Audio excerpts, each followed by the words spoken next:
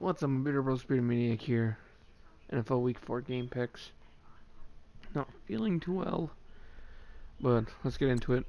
So far, overall, we are 500, even through 3 weeks, and that's intolerable.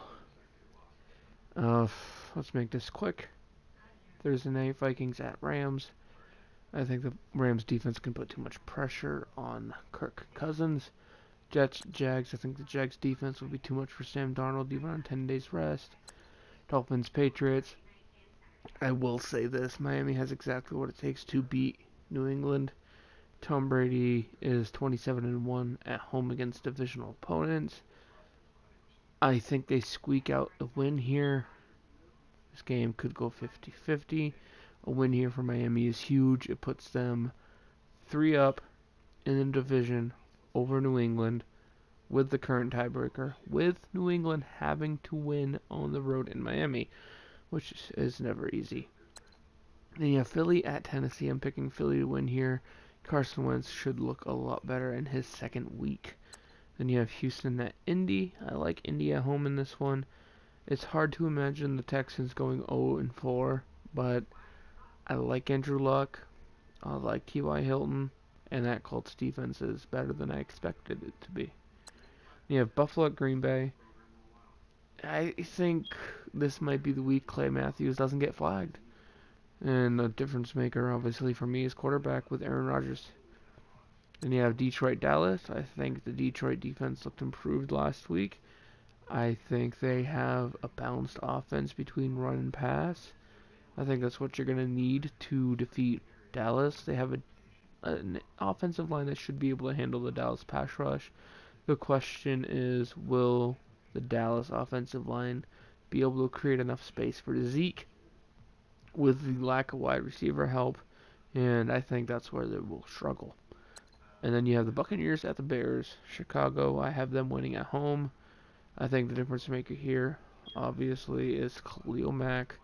I don't think he continues his streak of sack, forced fumble games. I do think maybe he can pick off whoever's starting for Tampa Bay. I think the biggest question mark here is the injury on defense to Chris Conte and other things for Tampa Bay. Chicago's getting help. Chicago's healthy. They're getting in a rhythm, and a Chicago Bears team in rhythm with a defense like that can be very dangerous. Granted, I don't think the score will be 45-7 like Madden predicted when I forced the Chicago win. And you have Cincinnati, Atlanta. This is one of the 6 games I thought were realistically probably 50-50 or 55-45 odds of winning. I think Cincinnati has a great team. I think they have a great pass rush. I think this week Joe Mixon's injury hurts them a little bit more. I wanted to pick Cincinnati for the fact that Atlanta is missing a few starting defenders, and that's going to hurt them a lot, but I think the offense of Atlanta will come back and win it. I believe in Tevin Coleman and Julio Jones and Calvin Ridley. Then you have Seattle at Arizona. I'm picking Arizona to win their first game of the year.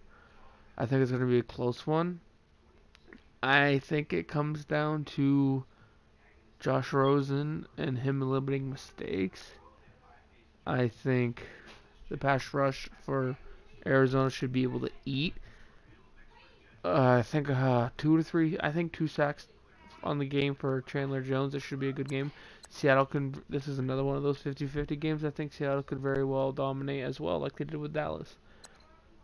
And you have Cleveland and Oakland. I have Cleveland winning this one for the second one of the year, and Oakland going winless yet again. I think the difference here is defense. I think Cleveland has a pass rush. They have a run defense. And I think that gets them the win. And then you have New Orleans at the New York Giants. I just think the Saints are a much more smoothly operated offense, I should say. I think their defense does have holes, but I think the offense has the firepower to make up for it. I'm not saying that Giants don't necessarily have the offense. I'm just saying when you're 1-2 and your only win is against the Texans, there's obviously some issues that the New Orleans Saints are going to be capable of exploiting. And then you have San Fran at the Los Angeles Chargers. I have the Chargers winning this one due to the injuries to Richard Sherman and Jimmy Garoppolo. Hopefully the Chargers can manage to put this game away, because with those injuries, this is going to be one of those games that if the Chargers want to make the playoffs, they have to win. You have Ravens at the Steelers. This game could go a long way in deciding the division at the end of the year. It's always intense when these two teams come face off, and it seems no matter how bad one of these teams are, it's always a good game, or I should say regardless. But I think regardless would fit just fine.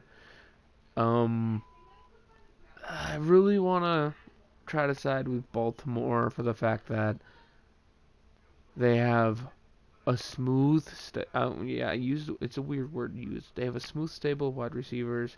Alex Collins looks like a solid back. Joe Flacco's been playing really good football, but I think the combination of Antonio Brown and Juju Smith-Schuster is going to be too much for that Ravens defense, especially with I don't believe Jimmy Smith's coming back until next week. If I'm wrong, probably going to pay for it. I think if Pittsburgh is to steal away a win against Baltimore this year, it's going to happen at home. Two divisional opponents that know each other probably as well as any two teams in the league. So this game should be good. I'm glad it's a Sunday night football game because it actually makes it exciting to watch. Didn't have one of those last week. Then you have the Chiefs at the Broncos, Monday Night Football.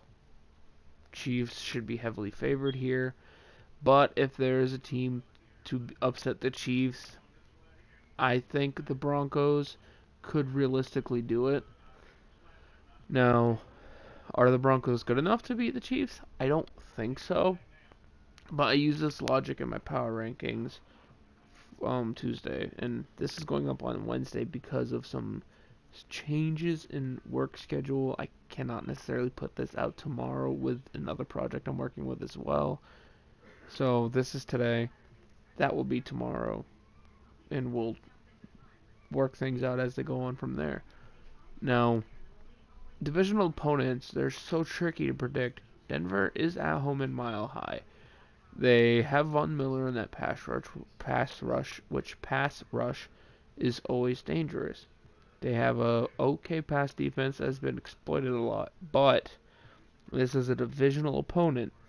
Divisional opponents are almost always unpredictable. I had that issue with picking the Dolphins-Patriots game because I was seriously considering the Dolphins, but with divisional games, it's almost like you could flip a coin and anybody could win. It's like a few years ago, before Jimmy Garoppolo joined the 49ers, when I think it was, it was the Rams before Jared Goff got drafted, I believe, when the Rams swept the Seahawks, when the Seahawks had the Legion of Boom, and everyone was like, Shaw?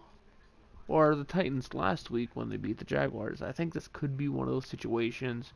Denver knows that team, but I think the advantage in the end is the Chiefs because Mahomes hasn't technically started a game against Denver before, so they might not exactly know the little niches or the niches when it comes to Patrick Mahomes.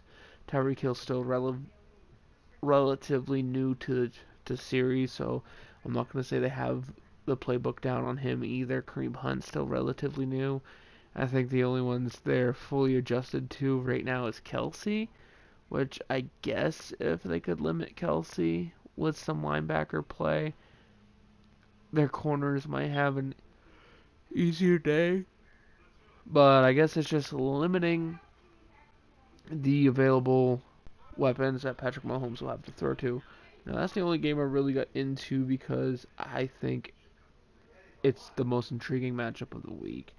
Now, if I had to go back to what I was doing last year and say what was my upset of the week, like what was the upset of the week that I picked, that would honestly be the Dolphins-Patriots. I don't think Patriots should be favorites. I think honestly, if I had to pick them odds of winning, I'd say 39 to 41%. To win this one, I think they'll need Josh Gordon to play. Rex Burkhead, Joanne Bentley just went on IR recently as well, so your only running backs you have that are familiar with your system are James White and still adjusting Sony Michel. Kenyon Barner should see some snaps as well because he's coming back, but how well would he know the system at this point? I don't know. Like I said, Miami has Kenyon Drake, Frank Gore.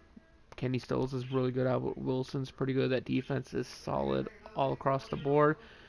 Couple issues with defensive end injuries, and that's going to be the one thing that New England has to exploit to probably win. And we'll see if Josh Gordon plays and if he's at 100% and how his limited knowledge of the playbook affects it.